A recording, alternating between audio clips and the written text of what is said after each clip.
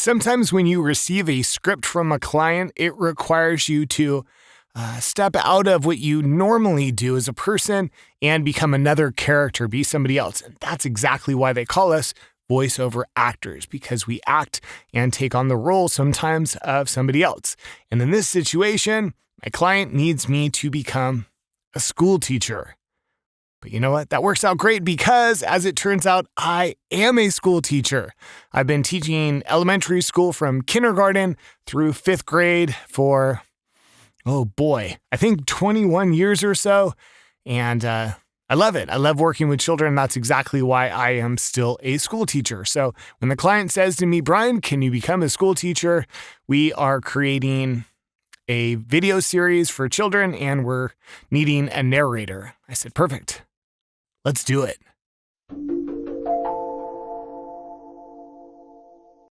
Hi, I'm Brian Pulowski, and I am a voiceover actor for national brands, for commercials and promotions. I specialize in the Southern California beach and relaxed lifestyle sound. Typically, clients are hiring me for commercials and promotions. However, I can do just about, almost anything. And in this one, we're doing a pilot. So this is a pilot for a video series. My client is creating a children's story, children's narration for little kids, and they need the narrator. So he comes to me and he's like, Brian, can you do it? And absolutely, I can do it. And I love doing it. I love reading stories to children. I love working with children. This just warms my heart. It makes me feel so good. So I'm really excited to do this project and I can't wait to see how it turns out. I'm just super, super thrilled about this. So I get the script, I'm looking at it, and the script is going into details. Let me pull up something here and see what this is saying, just so I can be very specific. So we're saying here the character description, it's a narrator, very kindly, wise voice of the series, playful, possesses a sense of wonder, feels great empathy toward the little Rhino siblings. So I guess it's about little rhinos that are making mistakes, but also need to control their emotions. Think of the original Winnie the Pooh narrator, he had an amazing voice. Doesn't talk down to the audience, as however sometimes naively play along with any potential surprises. Excellent. I can definitely do that. So let's have a look at how it all came out. It's another beautiful day at the Rhino house. Well, looks like Dad has a surprise for his little ones. Noah is doing his best, but he can't find his new pet. Noah finds it difficult to think clearly right now because he's angry. He can't solve the mystery of the missing tortoise. This is Noah's safe place. Taking a break in his tent helps Noah feel less angry.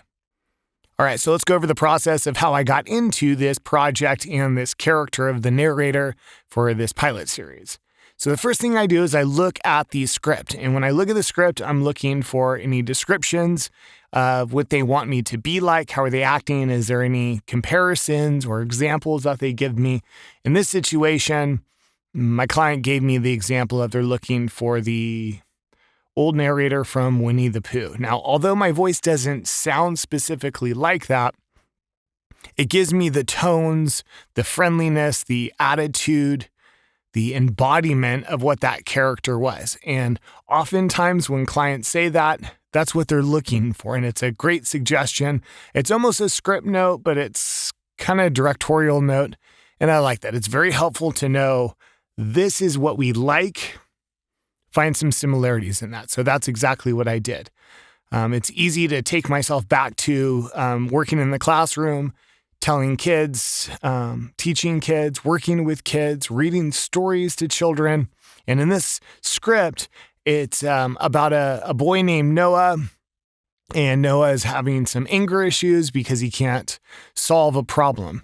And Noah's relief of that problem, or how he solves that problem, is he has kind of like a safety tent. It's kind of like a psychological, social skill that they teach kids, is have a place where you could take a break. You know, you've heard the expression, take some deep breaths before you make a decision, or think about it, sleep on it if you're angry. it's a skill that they teach in school is find a kind of a safe place. In this one, Noah's a young little kid, probably it sounds like a young Rhino, and he'll go sit in his tent. Now, I can't see the video. I don't know for sure, but that sounds like that's what's happening. I can imagine that. I've experienced that in class. I've had students in my own classroom that have, social skill issues where they easily get angry and stuff, and just stepping away and going outside to go do something, or sometimes they have like a little stick that they have notches on that they count, or it's really what it is. It's distracting the mind to think about something else. And so I could definitely picture myself in that situation. So when I was looking at the script, I was thinking of Noah, and Noah being one of my students, and how would I talk to Noah, or how would I narrate or direct or explain the things that Noah was going on. So in our script, as I'm looking back on it, he's doing his best. He's trying to do something. He can't find his new pet. So Noah must have a pet. He's probably frustrated by that. Because he's frustrated, he might be getting angry.